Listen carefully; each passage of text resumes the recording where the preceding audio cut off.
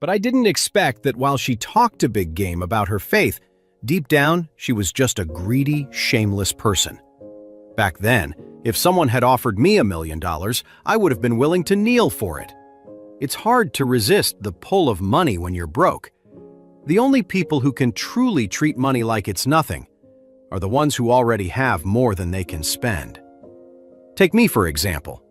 What's $10 or $20 million to me now? It's nothing. I have tens of billions in my account that I don't know how to spend. And the Emgrand Group makes tens of billions in profit every year that I also don't know what to do with. So what's the point of asking for another 20 million? I'd rather not take the money and have them treat me with respect, calling me Mr. Wade, their great benefactor. That's a pretty great feeling.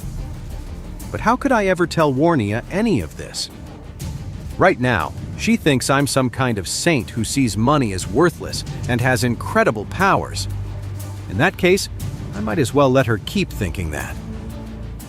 At that moment, Waria took a small sip of her drink and said, "You know, I can put up with almost anything else. But when it comes to marriage, I just can't stand them controlling me. I don't want to be their pawn. I don't want to marry a man I don't love, and I refuse to sacrifice my youth and happiness for the Smith family's benefit. I don't want to make the same mistakes my mother did." Charlie asked, curious, "Your mother? Was her marriage arranged too?" "Yes," Waria nodded. "My mother married my dad, and she was never happy. She was miserable for years and died young." Charlie remembered that Waria had recently lost a historical artifact her mother had left her. According to Orville, her mother had been gone for more than 10 years. Waria was only about 25 now. That meant her mother must have passed away when she was just 10 years old. In that case, her mom really was young when she died. Waria took another sip of wine, fiddling with the glass in her hand. She said, apologetically, "I'm sorry for making you listen to me ramble on like this." Charlie quickly replied, "Don't say that. The fact that you chose to tell me all this shows you trust me." Waria nodded slightly, wiping a tear from the corner of her eye. "By the way, thank you so much for everything today. You not only saved my grandpa, but you also listened to me complain. So thank you." Charlie smiled slightly. "You don't have to be so formal. We're friends after all." When friends are too polite with each other, it just creates distance. "Yeah," Waria nodded. "It's getting late. How about I give you a ride home?" Charlie waved his hand. "You don't need to drive me home. Besides, you definitely shouldn't be driving after drinking. You should get a designated driver." Waria nodded and said, "Don't worry, the manager here can drive for me. I'll have her take you back first." That night, after Waria dropped Charlie off at his home, she returned to the Smith family villa. Mr. Smith had ignored Charlie's advice to rest. Instead, he was sitting in the main hall, listening to Waria's father and her uncles report on family matters. Seeing her return, Mr. Smith quickly waved his hand and said, "Waria, I've been waiting for you." "Grandpa," Waria called out respectfully, "what did you need to see me about?" Mr. Smith said, "You're the one who invited Mr. Wade here. Tell me about him. I want to know every detail." "Yes, Grandpa," Waria said quickly. "Mr. Wade and I met by chance at the antique gallery. He was with his father-in-law at the time." "Father-in-law?" Mr. Smith frowned. "So Mr. Wade is already married?" "Yes," Waria nodded quickly. "What a shame." Mr. Smith shook his head and sighed. "Ah, that's a real shame." Honor quickly spoke up. "Grandpa, don't worry. I've already looked into this Mr. Wade. It seems he's just a house husband for a small, unimportant family." "A small family?"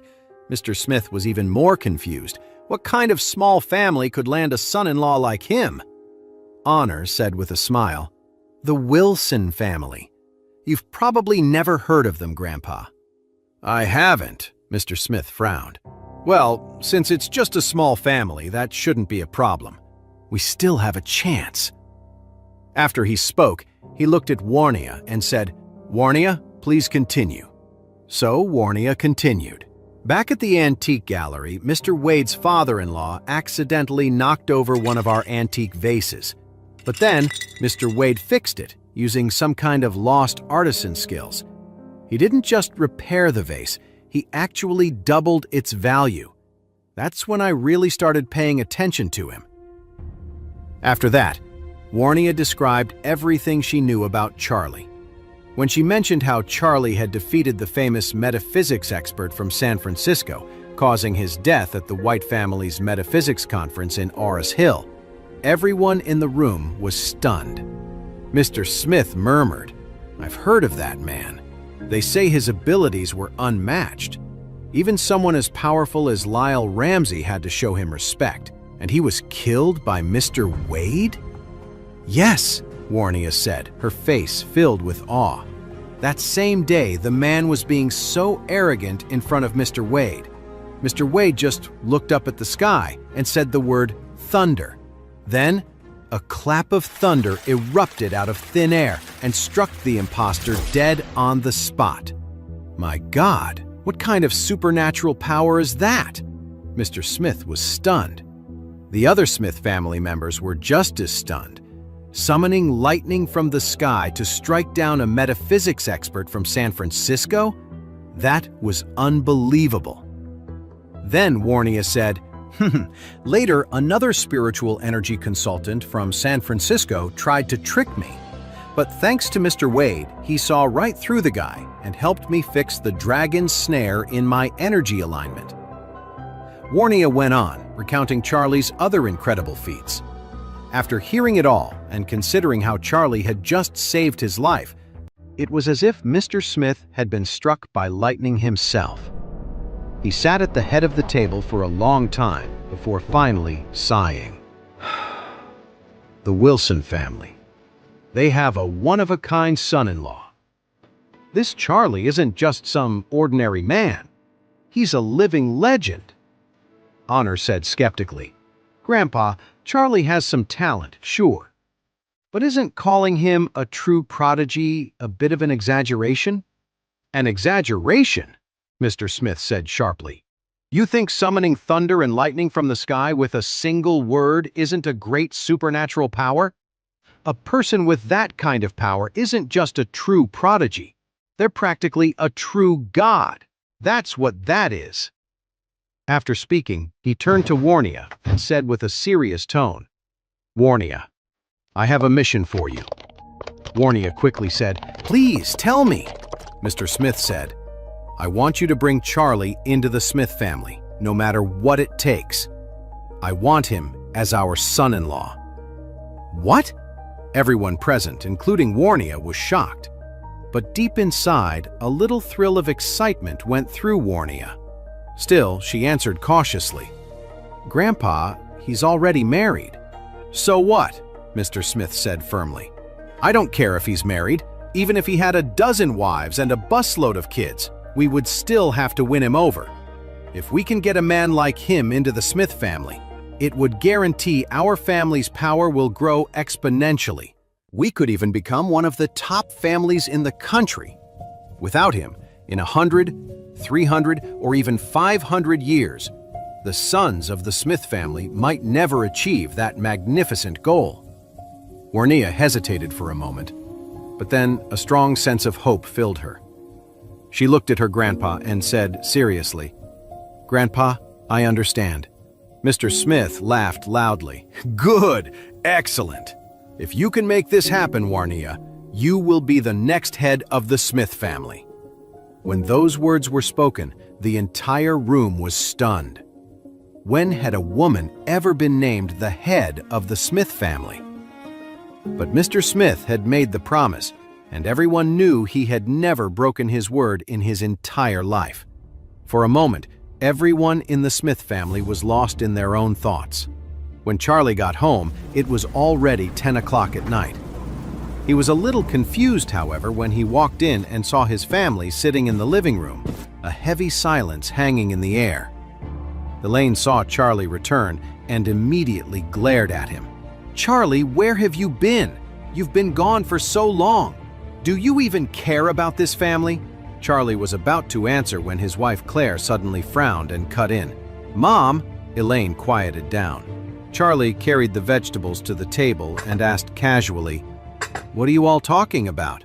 You look so serious." Jacob asked him, "You mean you don't know about the big news in Oris Hill today?" "What news?" "Byron Walsh's company suddenly went bankrupt and all his business partners pulled their contracts.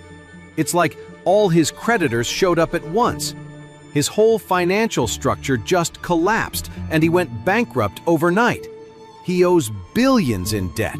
He was so desperate that he got into an accident. They say he's in a coma now." Charlie played dumb, saying with a surprised look, "Really? That's awful." Jacob shook his head and sighed. Byron Walsh used to be a big shot in the Oris Hill real estate scene. The guy was rich and powerful. I wonder who he pissed off to end up like this. A person like him deserves to go bankrupt. Claire's face was cold. She felt no sympathy for the creep who had tried to take advantage of her. Elaine sighed. "See, Claire, this is how dangerous it is to start a business on your own. You could not only lose all your money, but your life too." After that, she looked at Claire and said firmly, "This is why you shouldn't be trying to start some studio. The risk is just too high. If you ask me, you should just go back to the Wilson Group. Your grandma promised you a director position, and you'll get $1 million annual salary if you go back. Isn't that so much better than trying to start your own business?" Hey amazing viewers, it's Charlie here. Thanks for sticking with us. By the time of the release of this video, only 11% of our viewers have joined the party by subscribing, and 89% of you might miss out on our next mind-blowing video. So what are you waiting for?